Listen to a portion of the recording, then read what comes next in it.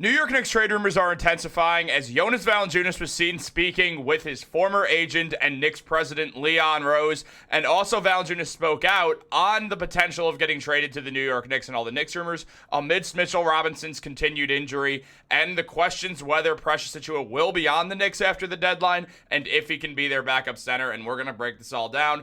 What's up, guys? Welcome back to Knicks Digest. It's Chris here, and we're going to jump right into things as always, and if you guys like the content, make sure to subscribe. It helps me out a ton. We got 27% of people subscribed. New year, new sub graph. Let's try to go out there and get 30 plus. But let's jump into the video. That's what we're all here for. Look, guys, nothing like some good old Jonas Valanciunas talk.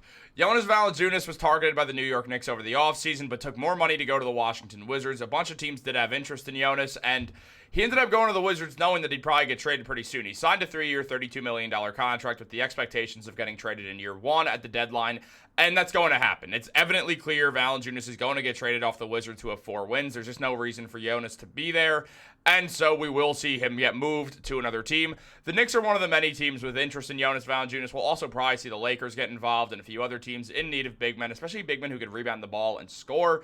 Now, the Knicks don't exactly need the scoring, but the rebounding is a need for the New York Knicks. Outside of Karl-Anthony Towns and Josh Hart, the rebounding has not been very good this season at all. So the Knicks could use the extra rebounding help while Mitchell Robinson still recovers from injury. And Mitchell Robinson is going to be a huge part in this for what Leon Rose is going to have to figure out. Now, here's the big story, guys. I'll make this bigger for you guys.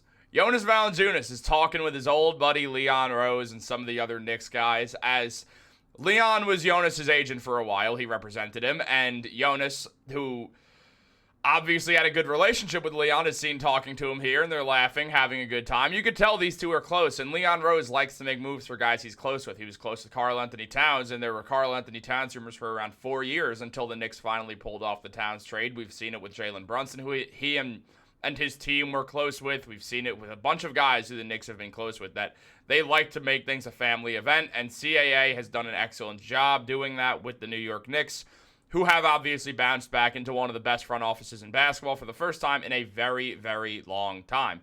Now, the New York Knicks, they're in an interesting spot right now because they do definitely need to make a deal at the deadline, but the questions all rely on the health of Mitchell Robinson.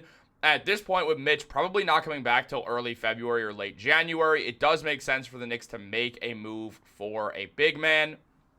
I would like it to be Mitchell Robinson insurance, but Valanciunas is definitely going to be someone who's mentioned a few times. So jumping into what Valanciunas had to say about the Knicks rumors, he said, "I don't know how serious that was. My agent was handling.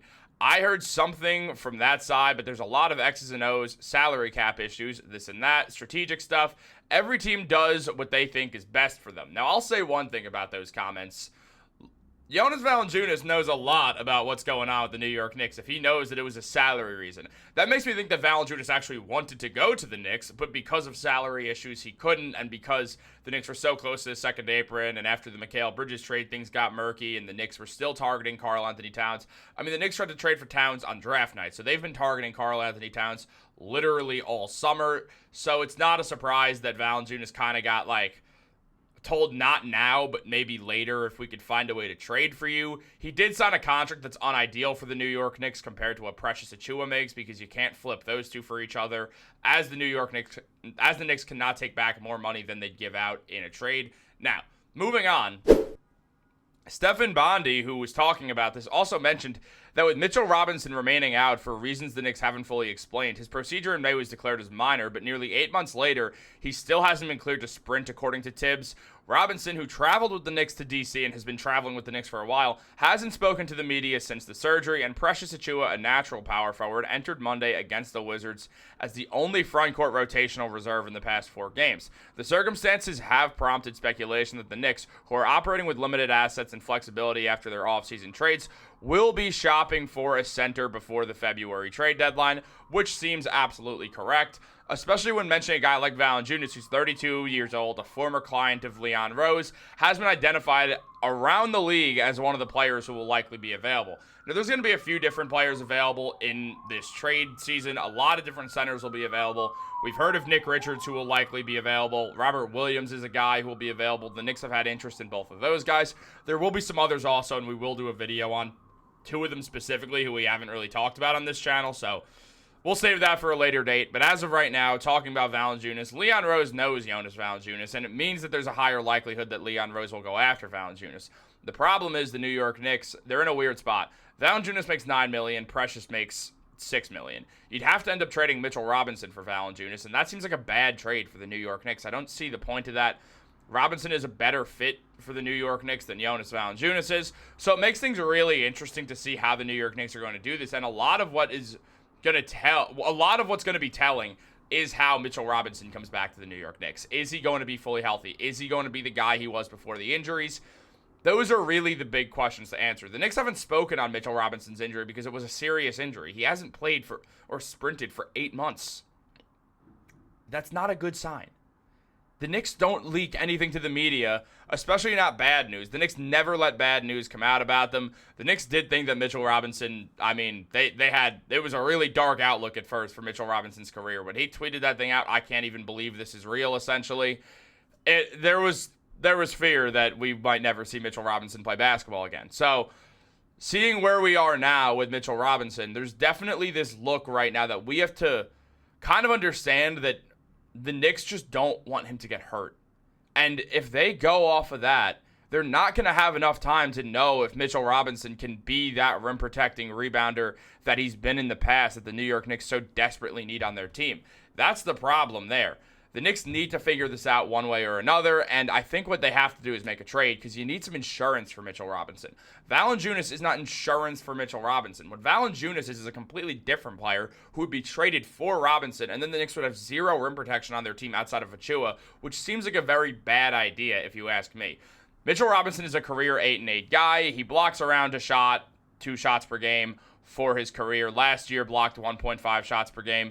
Solid player, really, really good defender at all levels. I mean, just a positive impact, the best offensive rebounder in basketball when he's healthy.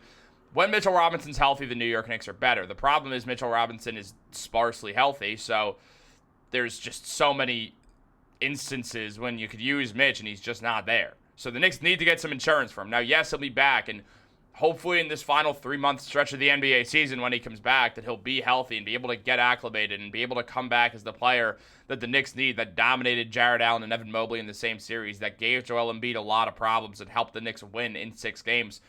Mitchell Robinson is just so important to this New York Knicks team, and the Knicks are going to be way better if Mitch is there. The problem is Mitchell Robinson, you can never trust if he's going to be there or not. The Knicks' defensive rating has not been as good as usual. They're 13th in the league right now, and that has been climbing, but usually they're a top 10 team, and without rim protection, they've shown why they're not. Now, their offense is great. They have a plus 8.2 net rating, which is higher than a bunch of teams on this list, like the Magic, the Houston Rockets, the Los Angeles Clippers, the Minnesota Timberwolves, and the Miami Heat, along with the Dallas Mavericks and Milwaukee Bucks. There's a lot of teams out there that are higher on the defensive rating that have worse net ratings than the Knicks because the Knicks' offensive rating and just their ability to play offense is basically unmatched outside of the Boston Celtics. Now, the Celtics, the Knicks, and the Cavs have had the most efficient offenses this season, and that's helping all 3 teams a lot. But the thing is, you see the Cavs, you see the Celtics, and they're higher up than the Knicks. They're both in the top 10 as well, and the Knicks aren't. And it's because both those teams have rim protection, and the Knicks don't. They don't have rim protection. They're going to need some, whether it's Mitch or someone you trade for. That's why I want the Knicks to trade Precious Achiuwa for Nick Richards. I'm convinced that the Knicks are going to trade.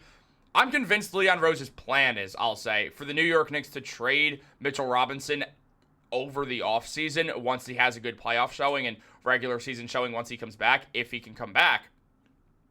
So you trade Precious for Nick Richards. You could play them both at the same time if Karl Anthony Towns is out there, and obviously you can't play Mitch and Nick at the same time, but you could play one of them with Towns, and you could kind of kill Nick Richards' minutes a little bit and say, don't worry, next season you're our backup center.